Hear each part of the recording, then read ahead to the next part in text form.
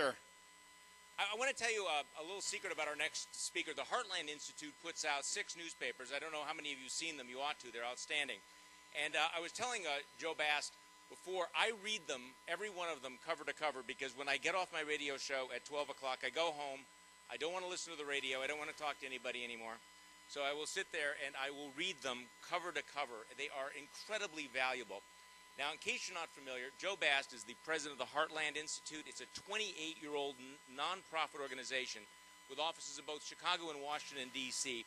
He is the author or co-author or editor of 21 books, including Education and Capitalism, Why We Spend Too Much on Healthcare, The Patriot's Toolbox. His writing has appeared in publications ranging from the Wall Street Journal, Investors Business Daily, the Cato Journal, and USA Today. So please join me in welcoming Joe Bast, the president of the Heartland Institute.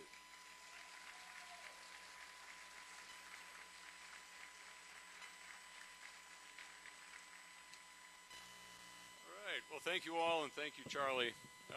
One of the problems with being Master of Ceremonies is that nobody introduces the Master of Ceremonies, so nobody actually introduced Charlie Sykes. I assume everybody listens to him on radio. He's got a fantastic radio program, and talk radio is one of the real bright spots in the conservative movement and libertarian movement. So what he's doing on talk radio is tremendously important. I'm not sure how many of you know, but he's also a very distinguished author. He's got 5 books out. One of the first books that I saw was Dumbing Down Our Kids. This was written back when I think a lot of people were very complacent about kids in school and public schools.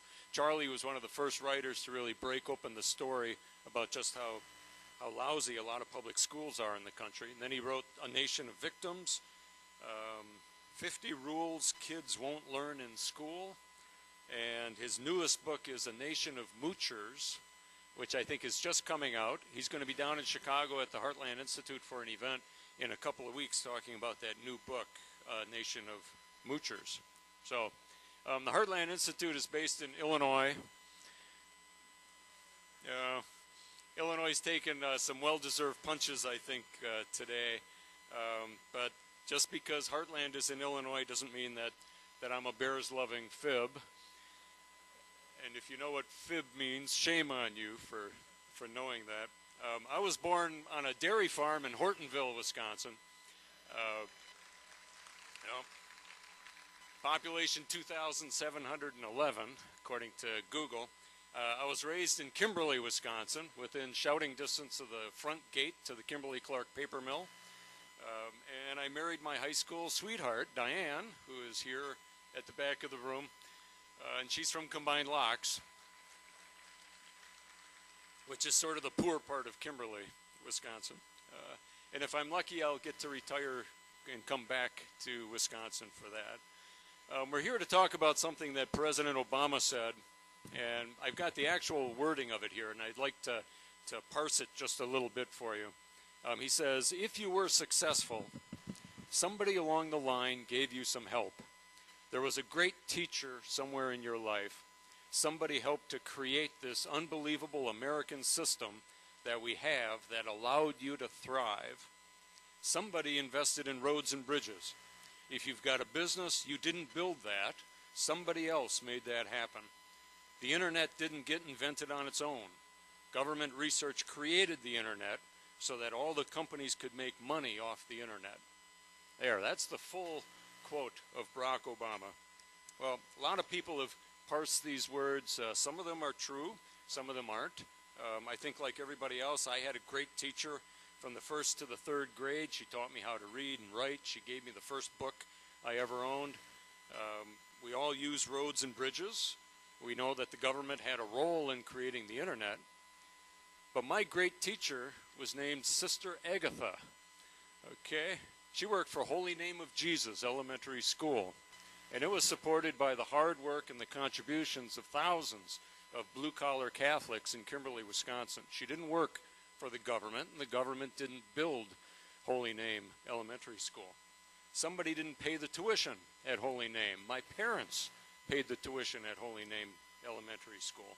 And so it goes with the rest of Barack Obama's examples. The government might plan and own the roads, but it doesn't actually build them. private enterprise builds roads. Private companies like Payne and Dolan and Kramer Company, Edgerton Contractors, Hoffman, Mashuda, Dar Engineering. These are the private companies up here in Wisconsin that are actually building the roads. And the government doesn't just allow us to use these roads for free. We pay for them. We pay for them with taxes on gasoline. We pay for them with vehicle registration fees, with our driver's license fees, sales taxes on motor vehicles, heavy truck use taxes, traffic violation fines, and a lot more. And what about the internet? Well, it's an urban legend that the government created the internet. It was actually invented by Xerox. Xerox invented the Ethernet. Some of you might even remember the days of the Ethernet. That's the true precursor of what is today the internet. Xerox also built the first personal computer and the graphical interface that still drives computer use today. So try as it might, the government doesn't own the internet, didn't build the internet. It might own it in China, but it doesn't own it here in the United States.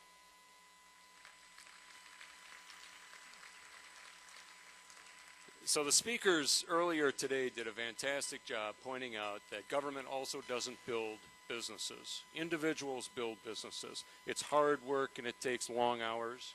It takes being willing to put everything at risk, putting your own money and the money of other people at risk, and it requires complete dedication. A lot of what goes on with a successful CEO is in the head and not outside of his head. If he wakes up in the morning and thinks his company is bankrupt, then his company is going to be bankrupt. But if he thinks that we're on the edge of success, that company can go month after month, year after year, and keep on growing. So entrepreneurship is something that government can't touch. It's something that individuals are responsible for. Only individuals can build businesses. Now, at the Democratic Convention, we learned that Democrats believe we all belong to the government. Did you hear that? Government is the one thing that we all belong to. Do you believe that? I don't think so. I think they got it exactly the wrong way, right? Who owns the government? We do. Okay, and the Founding Fathers understood that, so that's why the Declaration of Independence says that governments are instituted among men to secure our natural God-given rights, that governments derive their just powers from the consent of the governed, that's us, and whenever government becomes destructive of these ends, it is the right of the people to alter or abolish it. Now, to me, that doesn't sound like the government owns us. It makes it sound like we own the government. So President Obama believes that everything good in America flows from the government. He thinks that schools come from government, roads, bridges, the internet. He says we're allowed to thrive because government lets us use all these goods and services that it produces. He thinks that jobs and prosperity all flow out of this mythical thing called government as well. Just recently, the New York Times Magazine had an article.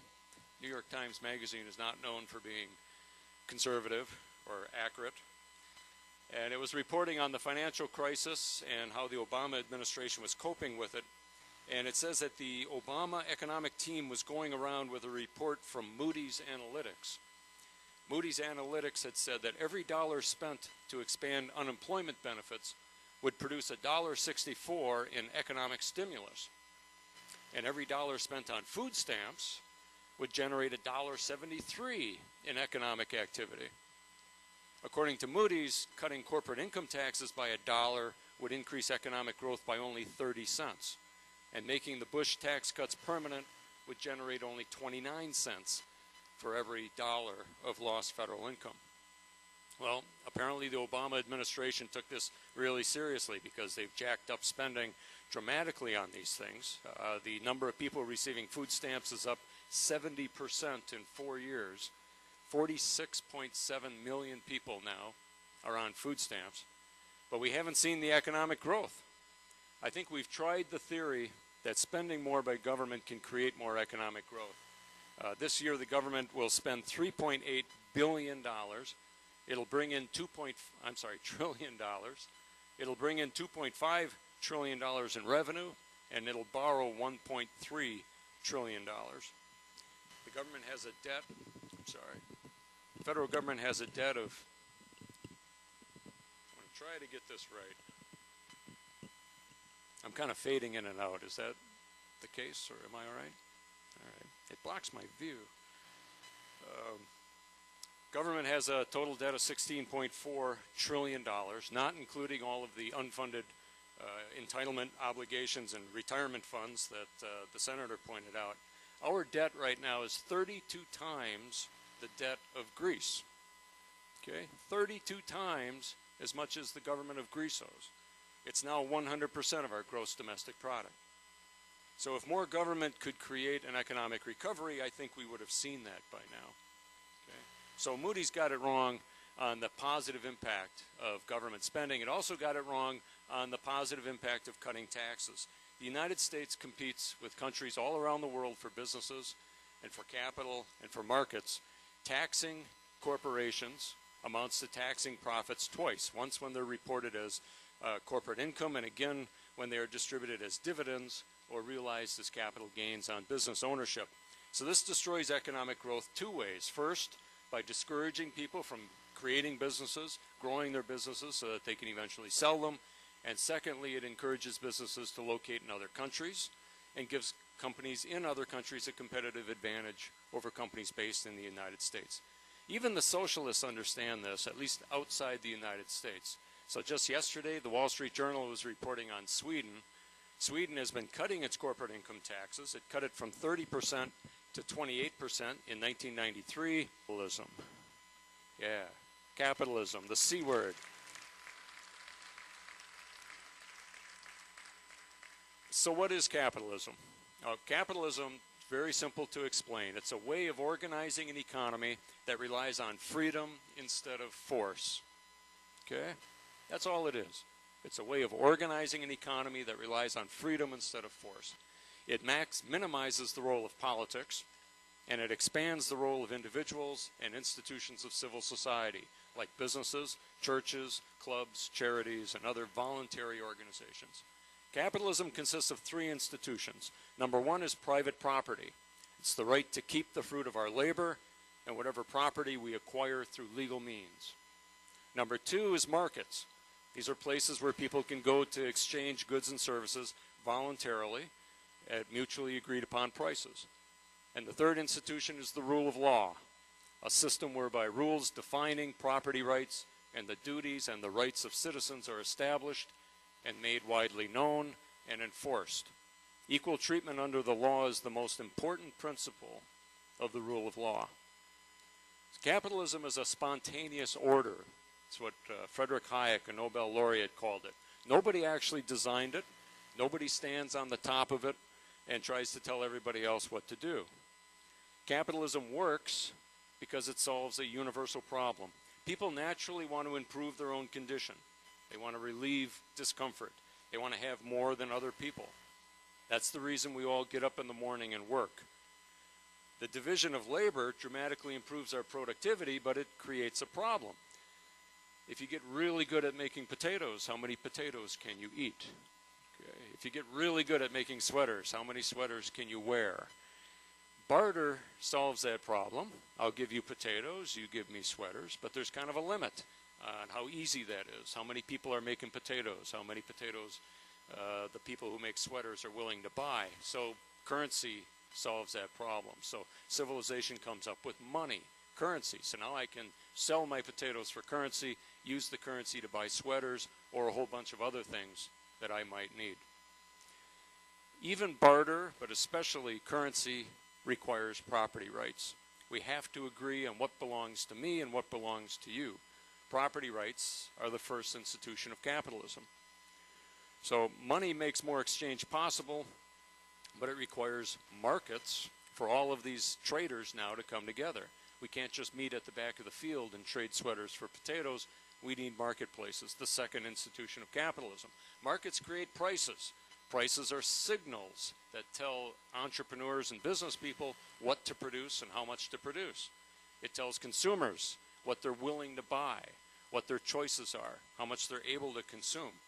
Entrepreneurs create businesses in order to bring people together to meet those needs, to respond to price signals, in order to generate profits. And creating profits is why we have businesses. It's why individuals take the risks in order to create institutions that are able to produce all of these goods and services. Advanced production like that requires the rule of law. You need long-term contracts if you're going to start buying buildings and machines and sign employment agreements that last for a long time. The rule of law is necessary to guarantee that those rules don't change over time. Too much government undermines the rule of law. That's the big reason why people who understand capitalism want limited government. Too much government undermines the rule of law. You get privileges, you get exceptions, you get subsidies, you get redistribution. All of that runs against what capitalism represents and what makes capitalism work, which is a reliable price system. So that was your master's degree in economics in 4 minutes, okay? And if anybody asks you, well, how does capitalism work? You say, well, it's 3 institutions, you know, and boom, boom, boom. And that's how it works. And why does government mess it up? Because it messes up prices, and prices are signals. And if the signals are wrong, companies are producing the wrong products, people are buying the wrong things, and the system can't work. So the neat thing about capitalism is that it taps an inherent desire of people to better their condition. It takes the greed or the selfishness that has always been part of human nature and puts it to work bettering the condition of all of mankind. This is what Adam Smith was talking about back in 1776 when he wrote The Wealth of Nations. And he said markets are like an invisible hand that gets people who are only pursuing their self-interest to nevertheless act as if they're acting in the benefit or for the benefit of everybody else. So the result is the most successful wealth creation machine ever discovered by man. Capitalism is the unbelievable American system that Barack Obama was talking about. Okay? It's a system that rewards innovation and productivity. It increases total prosperity. Its discovery has raised millions of people from poverty, individuals pursuing their separate interests. The great achievements of civilization have not come from government bureaus.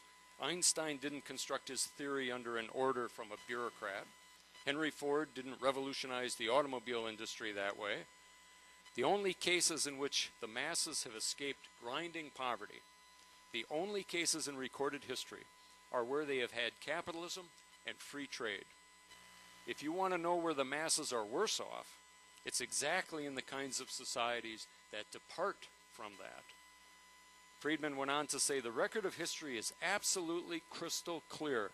There is no alternative way, so far discovered, of improving the lot of ordinary people that can hold a candle to the productive power unleashed by the free enterprise system.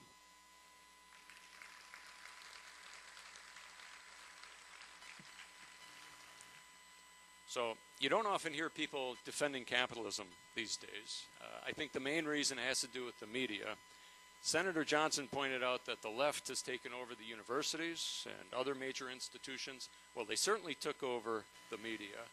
And as a result, there's almost no honest reporting about who creates wealth and what the impacts of bad government policy are. Back in 1888, Matthew Arnold. Are there any English majors in the room? Who's a British poet? You don't remember Matthew Arnold's? Matthew Arnold's wrote that the best way to destroy a country's moral fiber is to take over its newspapers. And I think he was right. Back in 1671, okay, way back, before the Revolutionary War, Sir William Berkeley was the governor of Virginia. William Berkeley thanked God that his colony didn't have a newspaper. He was so concerned that it would just destroy the morals of his people. Richard Weaver, who some of you might recognize, he had a great book titled Ideas Have Consequences, 1946, 1947. He described William Berkeley's comment as another example of evil discerned most clearly in its first appearance. And indeed, I don't think evil is too strong a word for it. The media was in the tank for Obama in 2008. I think they're in way over their heads now for Obama in 2012. It used to be that the fact that 9 out of 10 reporters were liberals didn't mean that their journalism was necessarily compromised by that. But I think journalistic ethics has been thrown out the window. I think now 9 out of 10 journalists are actively campaigning for one person in the presidential election. I think it's a real disservice to the country, and it's a problem that all of us have to work in order to try to overcome. If you haven't seen it, I recommend a book to you by, I just realized I'm now citing like the 4th book, so I like books. You should all go out and read more books. Bernie Goldberg, you all watch Fox News. Okay, Goldberg is on Fox News all the time. And one of his most recent books is titled A Slobbering Love Affair, the true and pathetic story of the torrid romance between Barack Obama and the mainstream media. And if that doesn't tell the truth, right? And it's a really entertaining book, and he documents exactly how the media was in the tank for Obama in 2008 and continues to defend this guy. Just a couple of days ago, Gallup released a poll showing that 60% of Americans say they don't trust newspapers, TV, or radio very much or at all. 60% say they don't trust the mainstream media. That's the highest level of skepticism toward the media recorded since Gallup started asking that question back in 1998.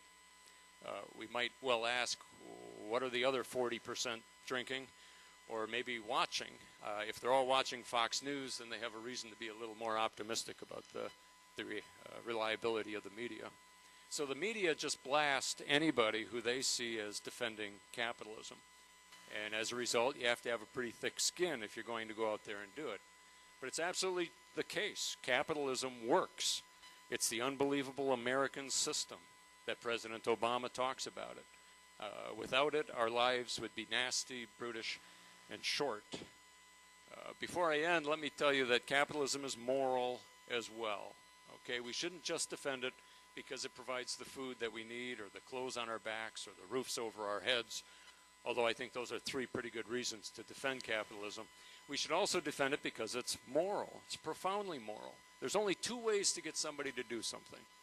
You either make it in his interest or her interest to do it, or you use force. You force them to do it. Governments have the ability to use force. They can pass a law, they can punish, they can arrest, they can make you buy health insurance, okay, and punish you if you don't buy your health insurance. Businessmen and women can't use force, okay? All they can do is make it worth your while to work for them or buy your products or invest in their company. That's purely voluntary. So capitalism is fundamentally moral, it's fundamentally peaceful, and it stands in direct contradiction to thousands of years of human history, where the use of force was routine and expected and actually approved by moral codes. So it's capitalism that's moral and not capitalism's critics. Capitalism didn't invent greed. A lot of the critics of capitalism want to equate capitalism with greed and selfishness. I think you hear that in a lot of Barack Obama's speeches as well. Well, there was a German sociologist, Max Weber, back in 1904. He wrote, "The impulse to acquisition, pursuit of gain, of money, of the greatest possible amount of money, has in itself nothing to do with capitalism. This impulse exists and has existed among waiters, physicians, coachmen, artists, prostitutes, dishonest officials, soldiers, nobles, crusaders, gamblers, and beggars. One might say it has been common to all sorts and conditions of men at all times and in all countries of the earth whenever the objective possibility of it exists or has been given. What distinguishes capitalism from all other methods of organizing production is that capitalist institutions act as a check on greed by elevating trade, voluntary exchange, and the creation of wealth, not just the redistribution of existing wealth over the use of force or fraud or privilege. Capitalism, for the first time in human history, created a path for financial security and wealth that protects rather than violates human rights and is open to the vast majority of people, not just to those with political or military power. So capitalism was a tremendously egalitarian reform that allowed millions of people to participate. That's what the American dream is all about. America was founded on capitalist values. Okay, it's no coincidence that in 1776, Adam Smith published The Wealth of Nations, the first great book of economics that defended capitalism, the same year that the first country founded on the idea of individual liberty was created. Adam Smith was actually corresponding with Benjamin Franklin and the other founding fathers while he was writing The Wealth of Nations. In his autobiography, Benjamin Franklin listed 13 virtues, okay, all of them consistent with Judeo-Christian economics, but also all of them consistent with this new thing called capitalism. They were temperance, silence, order, resolution, frugality, industry, sincerity, justice, moderation, cleanliness, tranquility, chastity, and humility. Those are Benjamin Franklin's list of the 12 virtues. 240 years later, every issue of Investor's Business Daily, I don't know if, does anybody subscribe to Investor's Business Daily? Okay, it's a great publication. On the op-ed page, on the editorial page, lists 10 secrets to success. Okay, cheating, lying, cutting corners don't appear on that list. What appears on the number one thing on this list is how you think is everything. Always be positive. Think success, not failure. Beware of a negative environment. This is like I was saying before, businesses exist in the heads of the entrepreneurs and not on the balance sheet or out on the assembly line. The rest of the principles on the Investor's Business Daily list are: decide upon your true dreams and goals, take action, never stop learning, be persistent and work hard, learn to analyze details, focus your time and money, don't be afraid to innovate, deal and communicate with people effectively, and number 10 is be honest and dependable, take responsibility, otherwise numbers 1 through 9 don't matter. I think Benjamin Franklin and Adam Smith would recognize that list. I think they would agree with everything that's on it, because these are basic American values. These are the values of successful businessmen and businesswomen. So what's at stake on November 6th? I mentioned Richard Weaver's book, Ideas Have Consequences. It's true, ideas do have consequences. They are the thing that really rules the world at the end of it, but only if they are effectively advocated. Bill Richardson is a former state senator from California. He recently wrote, to put it bluntly, ideas count for nothing unless there is a way or a will to implement them. To return this country to fiscal sanity will take guts and structure. Richardson liked to say that dogs bark, jackasses bray, snakes wiggle, and liberals lie. It is in their nature to do so.